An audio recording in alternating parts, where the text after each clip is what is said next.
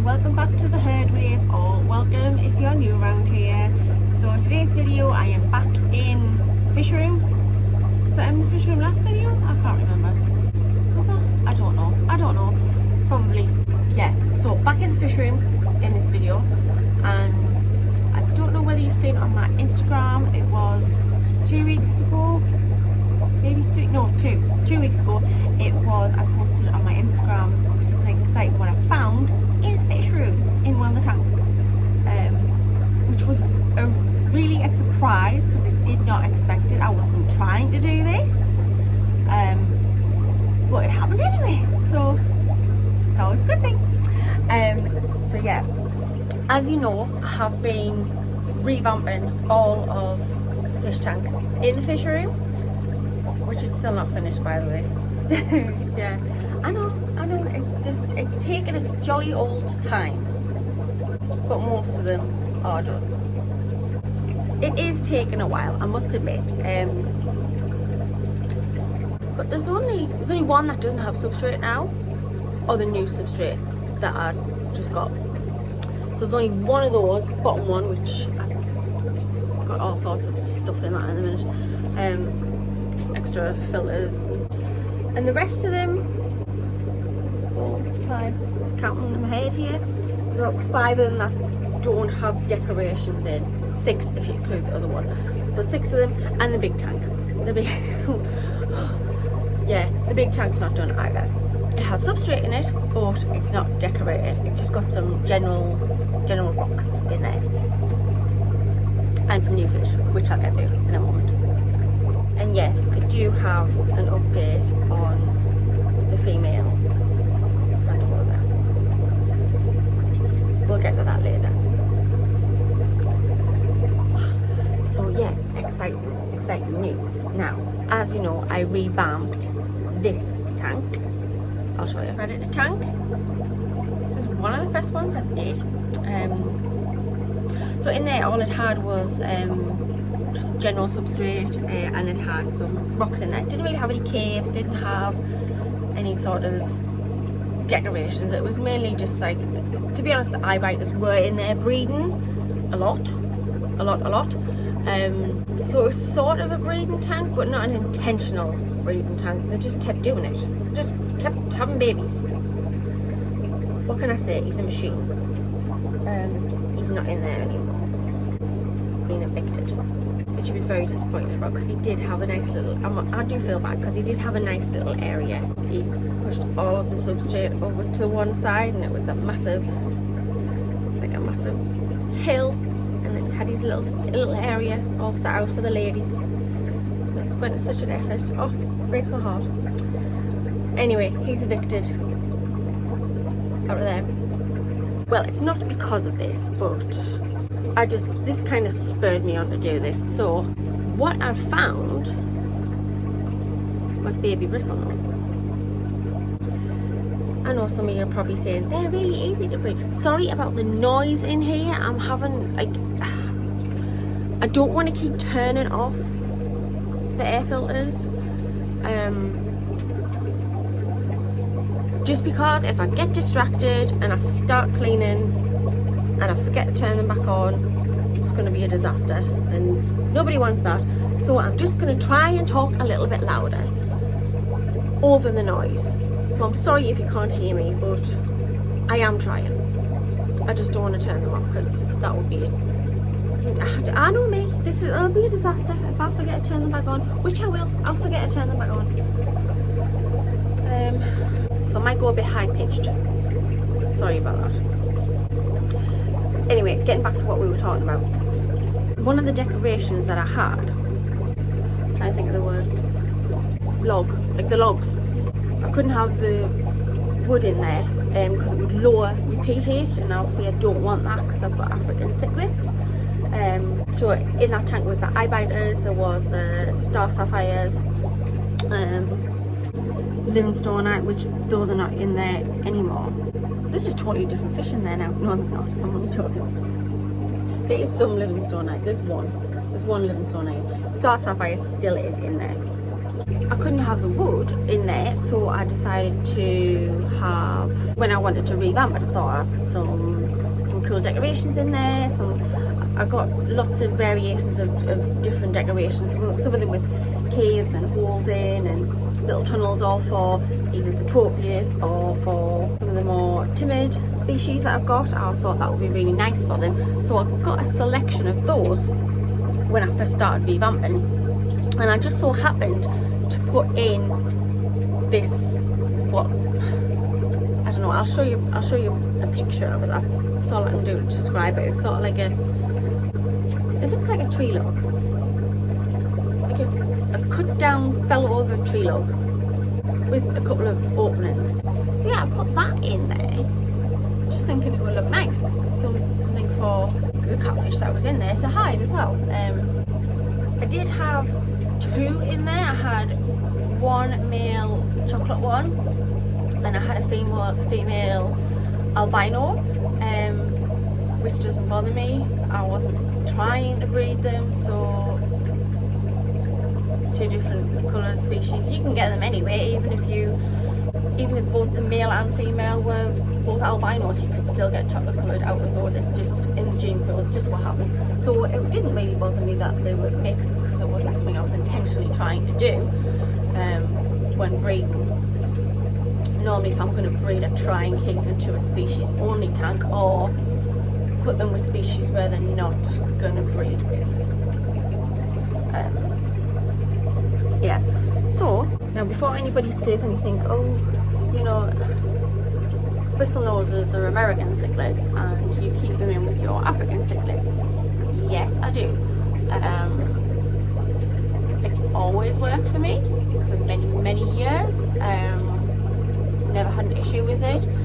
Obviously, I'm aware of different water parameters that they need, but Bristlenoses for the most are quite happy, and clearly they were very happy because they bred in pH of 8.1. So that's one of those things.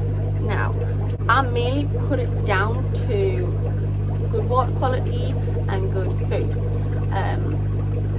Two main areas that is always standard in any of my tanks that I keep. I always like to have, you know, a bang on about water parameters and good water quality all the time. So good water and good food, good nutrition. There was obviously one thing missing in there, was caves and logs and somewhere for them to breed. But because I rectified that unintentionally, they bred. So go figure, nice one.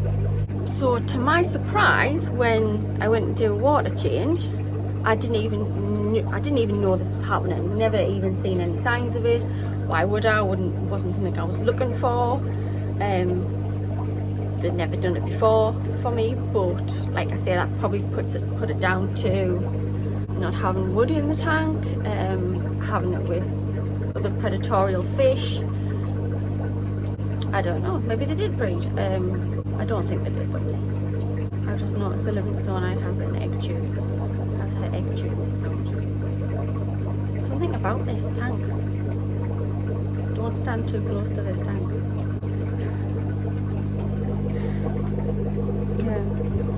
Yeah, when I went to do the water change, I noticed there was tiny little baby Bristlenoses. I think these were about maybe 2 to 3 days old, because it was probably not even that, probably only like 1 or 2 days old, because it was so small. They were developed, they didn't have the egg sac anymore, so they were starting to free swim or coming out of their little cave that their dad had made for them. Their dad was still in that cave system though. Obviously female, long gone. She was off doing her thing. But the dad was still in there, guarding all the babies. And there was so many babies. So I started to panic and I was thinking, I need to get them out of there. Because these are the first ones that I've done, and these Bristlenoses I'd never tried to breed them before. To my knowledge, had bred, so I was quite surprised. was thinking, I need to get them out in there. Well, that wasn't an easy task, let me tell you, in a tank full of predator fish. Because they were free swimming and the dad was sort of letting them start to do their own thing, and it was at that stage, surprisingly enough, they didn't try to eat them. Now, the only thing I can think of, or any reason for this, would be that they hadn't exactly turned brown yet. They were still sort of that orangey colour. Not exactly when they'd first hatched, but they were still orange. So I'm putting it down to that they were still that colour where the fish wouldn't eat them, because when they are that colour, the fish generally don't bother with them. I don't know whether it's to do with perhaps they don't look appetising. Maybe sometimes with a lot of larger fish, if it's not worth the effort to try and chase these things, they're not going to bother. They need something that's actually going to be a decent enough meal to use up that energy. Frontosas, for example, probably put them in there and they wouldn't even flutter an eyelid, because it wouldn't be worth it using up any of their energy just to catch something so small. They wouldn't even bother with it. So that's the only thing I can put it down to, was the fact that they were possibly too small and the colour of them wasn't appealing to them at that particular time. So worst case scenario, I was like, right, I just literally pulled the log out, and everybody, or mostly everybody, was still attached in it. Their mouths were doing their job basically, and they were all stuck to the inside of this log. So I quickly lifted that out, including the dad. He was stuck in there, and I popped them in the tank I had spare. I did manage to catch the remaining like 4 or 5 that were swimming around pretty easy, and they went in there too. So it wasn't until I put some cucumber in there, because it didn't have any zucchini, and later on that night when I went to check on them, there were so many of them. I've never seen that many. So there was quite a few. Try and put some footage in. I know they're really small, and I know it's really not the best footage, but it's what I could get at the time. I wanted to capture that as soon as I seen it. So it isn't the best footage. It isn't the best lighting. So sorry about that, but sometimes it is hard to get the lighting with the reflection of the tanks and things like that. So I do apologise if it's not the best of picture quality, but I did try my best, and I just wanted to get it caught on film as quickly as I could so I could capture that moment with my first Bristlenose babies. So yeah, they are now in their own tank, which I did have wood, some wood in there. If I'm being fair, I mean, I haven't bothered with the wood. Bristlenoses don't eat the wood. They're not a wood-eating species, so they don't need that in their diet. What they have is they eat the little crustaceans and biofilm that grows on the wood, and it hadn't had enough time to do any of that because it wasn't actually seeded in a tank. I took that out probably 2 days later because, to be fair, it's not a big enough tank for that. I've got another tanks that I'm in the process of setting up, ready to put them in there, because I'm gonna see what happens. I'm gonna put another female back in there. I've got 2 females, so I'm gonna maybe put 2 of them in there with that male and see what happens. Because these females are, well, all of them are over 2 years old now, so they are definitely a breeding age. So yeah, watch this space, see what happens there. New little adventure that I'm embarking on, but they're all doing really well. All doing really nice, and I'm so happy with them. Yeah, so slightly less hot in the fish room today. Had to turn all the heaters back on, which if you want I can show you how I heat this room, because I don't have individual heaters in each tank. I've had to put them back on. I think summer's officially over. It's been thunderstorming, rainstorming, rainy season here. Lots of temperature changes. 1 minute it's sunny, next minute it's snowing. yeah, we're getting back to the display tank. So I did put big guy in the display tank. I moved him from predator tank to the display one. So he's in there now with 3 other females. I don't know whether he'll calm down in there, because they were reproducing like crazy. I mean, I'll show you how many I've got.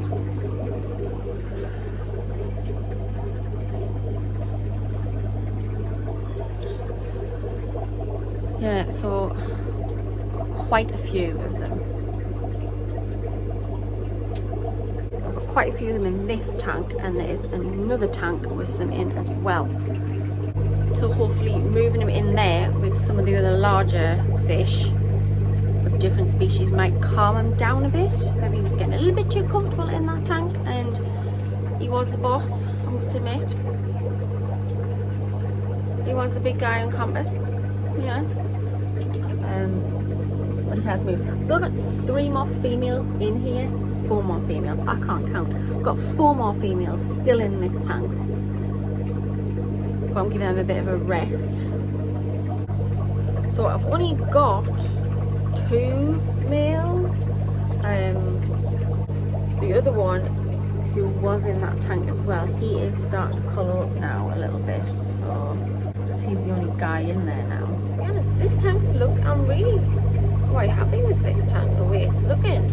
The fishes, they're doing well. One-eyed Willie, which I call him, he's doing good, he's doing alright. He's colouring up lovely now. Let's hope that's not the start of some more problems. Going to be no-eyed Willie. Hence how he got himself into that mess in the first place. Yeah, so like I was talking about last week, I did have to move 1 of the females into here to recover for a while. I was happy with the way she was going, she was recovering. But like I said, I think she was getting a bit lonely, and I didn't want her to be separated for too long from the rest of the group. So as soon as she was starting to look better, she was eating. It was mainly her swimming that I was a little bit unsure on. She wasn't swimming as strongly as what she used to. But like I said, they did do a number on her. So I'm only going to try it once, and if it doesn't work, then it doesn't work. I'll find her somewhere else. Popped her in, stood there waiting to see what was going to happen, and they did actually leave her alone, which is really good. So she is back with them.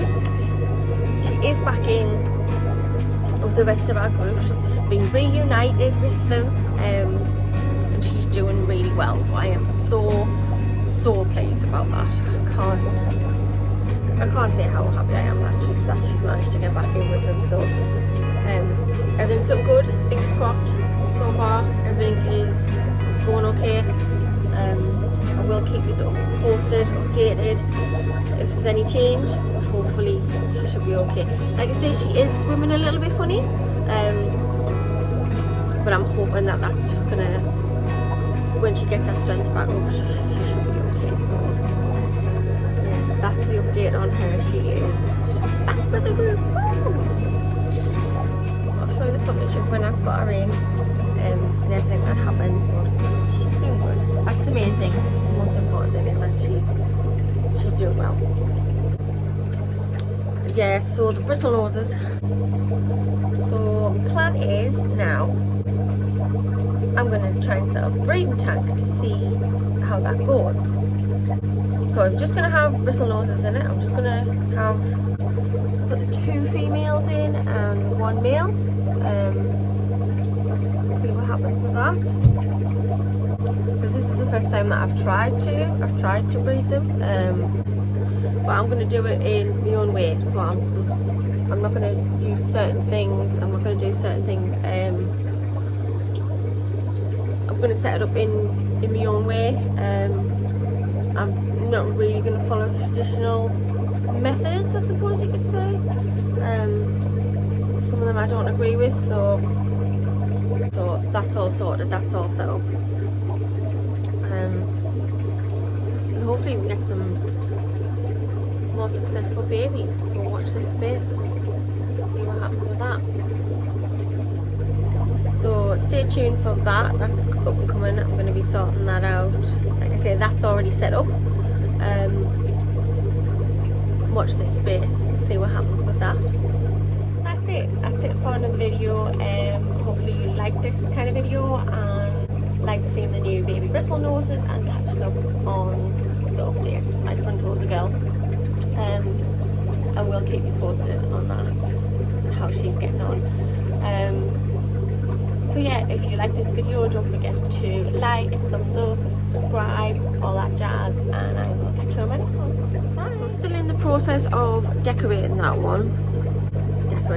Decorating it. Revamping it. A lot better. Is that the correct term of English? I don't know. I know some of you are probably saying, they're really easy to breed. That's my imitation. Hello and welcome back to the herd wave, or welcome if you're new. That sounds really cheesy. Not sound cheesy. Hello and now that sounds boring. Oh my god, I'm not having good luck today. The swimming had improved a lot. And to be honest, they're looking, oh, fly.